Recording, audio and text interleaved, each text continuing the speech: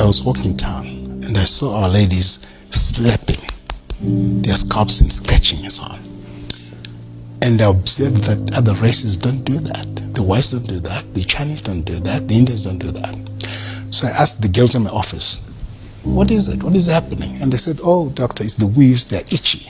I said, okay, educate me. What are these weaves? They said, well, there's 100% human hair,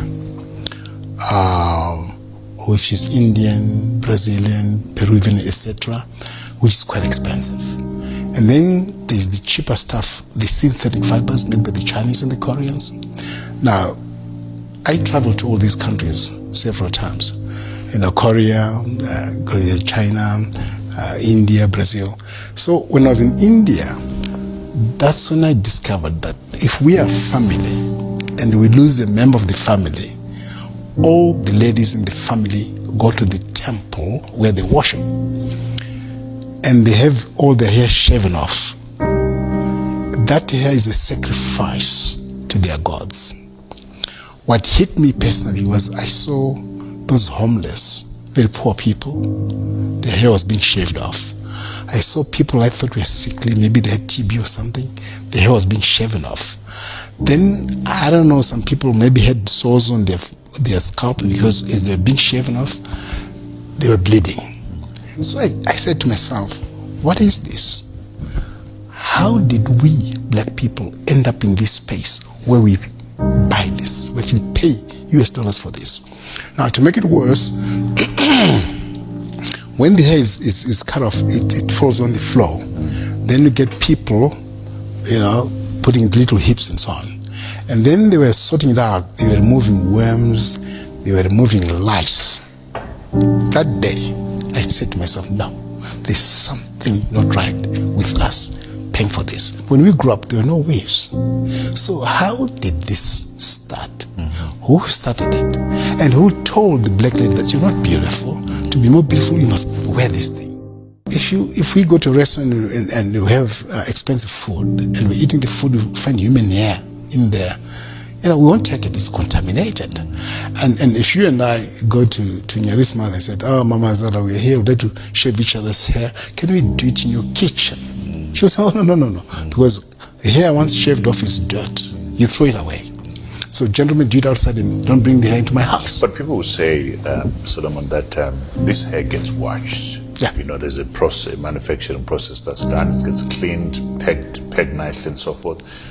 Does your point still stand? Yes, it does.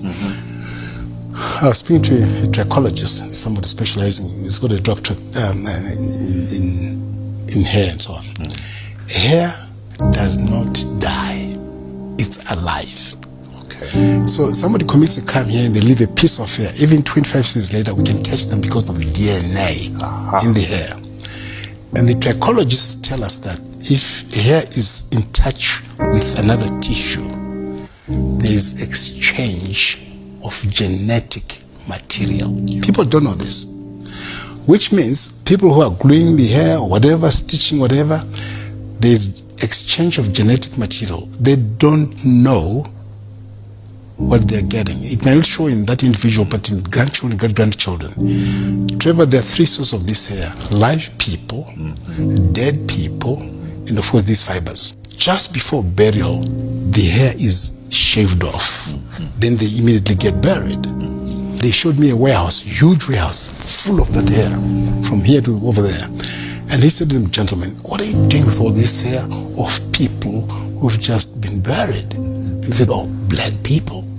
Black people love this hair. If you ask ladies with the expensive hair, the natural hair, if you say to them, is this hair from a dead person or a live person? They don't know.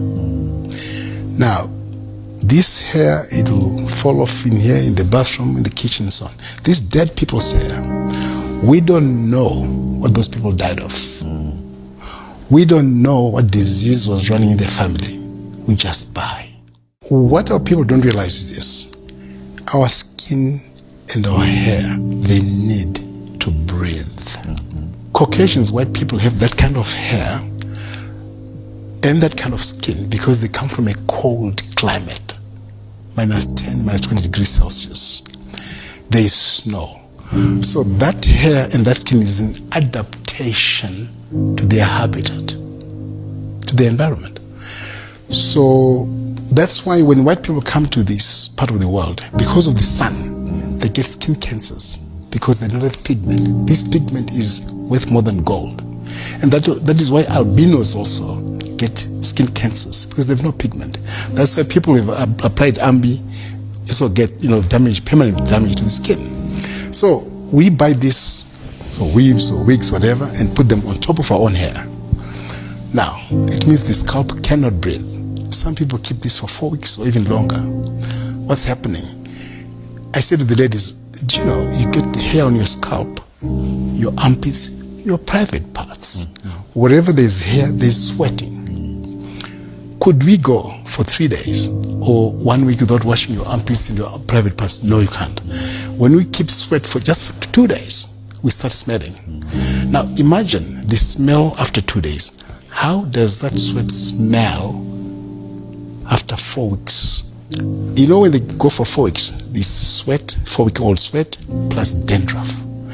And because of that, you get bacteria, because the bacteria love this environment. It's hot, it's wet. The bacteria get fat, feeding on the 4-week-old sweat, 4-week-old dandruff, and they multiply like crazy. I can tell you now, Trevor, all these ladies that we see, they have millions, billions, trillions, zillions of bacteria on their scalp. And these bacteria then chew on the scalp, and each time they're doing this, they're touching 4-week-old sweat, dandruff, and bacteria. And they don't wash their hands. Maybe they're in a combi or in a bus, they just they're touching plates and all this and all that. I find it